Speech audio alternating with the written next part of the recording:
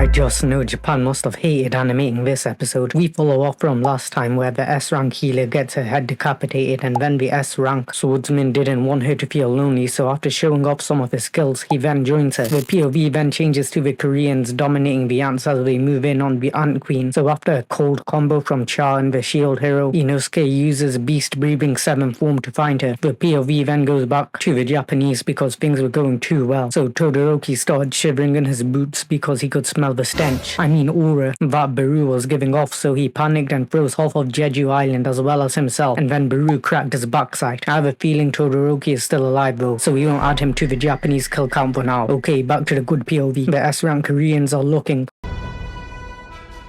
right now. They have no weaknesses, with the shield hero as a vanguard, Human Torch as DPS, Beast Boy on the front lines, the healers moving like Prime Jeff the Shark, and we've got Green Arrow and Char all moving like the Avengers right now. I could reach Grandmaster with this team, no sweat. The Chimera Ants, or even Lucky the cameraman, got held back. He could have ended the show right there and then. So after the Avengers breeze through the Ant Gods, Green Arrow spams more arrows on the Ant Queen, but they are bigger now. The shield hero uses his shield, Beast Boy crashes out, and they almost got poisoned, but the healer clutched up. This team has no holes in their formation. They are looking like prime MSN out here. So Human Torch throws a mini sun at the queen, and she let out a concerning big scream, which I'm sure means nothing, and then she tries to skedaddle, but before she can do that, Cha cuts off all of the queen's legs and beheads her. I'm giving Cha the MVP role for this performance. But regardless of that amazing teamwork, this episode was lacking too much aura, so Beru came to change that and locked in for the next 10 minutes. After hearing his mom's battle screech, he nonchalantly walks past the S-ranks and ate out his mama's intestines. Crazy thing is that all the S-ranks could do here was watch because they knew they were cooked. Beru even had the MVP kneeling from his presence alone. But yeah, if your opponent walks past you in any situation, just give up. Bro was literally powering up before their very eyes, and all they could do was watch. Nobody planned for this demon to be a part of the raid. So Beru starts the humbling off by sending the MVP cartwheeling into the heavens. He then rips off the shield hero's arms, slices Inosuke to pieces, karate chops Human Torch, and this next part was just crazy disrespectful. Beru grabbed the Archer's arrow mid-shot and then snapped it. He then proceeded to hit the Archer not once but twice while he was falling mid-air just to seal the deal. And there was a sliver of hope for the Avengers because the healer was bush camping and he managed to grow a new set of arms for the shield hero. I'm not sure what the point of reviving Bro was because he then proceeded to get ragdolled like that one time with the Hulk and Loki. Beru then finds where Bro was bush camping and proceeds to decapitate him in front of his homie Inosuke. Beru even ate the healer's head in front of my guy. Now me personally, I would not let that slide. Beru then proceeds to grab Inosuke and tell him to run. Imagine your first words being run. He then goes off on a philosophical tangent about how everyone's weak, how he hates Japanese, and how he loves K-pop, and then proceeds to leave the Koreans alone after only killing one of them. But the amount of aura points Bro racked up in those minutes was priceless. Bro really listened to one of those low IQ podcasts and prioritized aura over efficiency. We prioritize aura above everything else. Like if you can make some money but lose some aura, never do that shit. If you're playing the long game in life, just put aura at the center of everything. And everything you do, ask yourself, will this negatively or positively impact my aura? And you think about the compounding returns. Bear in mind, this guy stole Jinwoo's OST whilst he was finding different ways to embarrass all these S ranks and make them look like E ranks, but stealing someone's OST is just nefarious work. The POV then goes back to the remaining Japanese S ranks who are trying to duck the fate so that the world will think the Japanese are superior to Koreans, and then they'll come back to Jeju Island with an even stronger army. But before Japan could ruin Korea's reputation, Beru quickly added another S rank to the kill count, and I just can't wait for next episode because Goto's cocky ass is gonna get exposed for the fraud that he truly is. How dare this man call himself the king in front of my glorious goat Beru. At least Goto is aware of how there's levels to this game, and Jin Woo and Beru are so clear of him. The episode ends with Jin Woo's shadow soldiers saving the Koreans from getting folded, and Jin Woo saying exchange as he looks over the city like the aura farming king that he is. Bro really waited for 90% of the S ranks to get disposed of before stepping in, and he does this all the time. Jin Woo can't keep getting away with this. He's really sacrificing people's lives for aura. And the last last thing that I need to touch up on here is that Beru is definitely racist. After going through all the evidence in this episode, I found out he definitely has a secret anti-Japan agenda going on here, because even though he tested out different fatalities on the Koreans, he didn't even give the Japanese the time to process that they're about to get cooked. And according to my calculations, the Japanese to Korea kill count is 3-1 and hopefully soon to be 4-1 if Beru can quickly finish off Goto before Jin Woo steps in. So Beru is definitely picking favorites here, and I will be covering next week's episode no matter what, so like, subscribe and comment something to stay tapped in with my unorthodox commentary, because we could be covering anime fight of the year right here. See you all in the next video.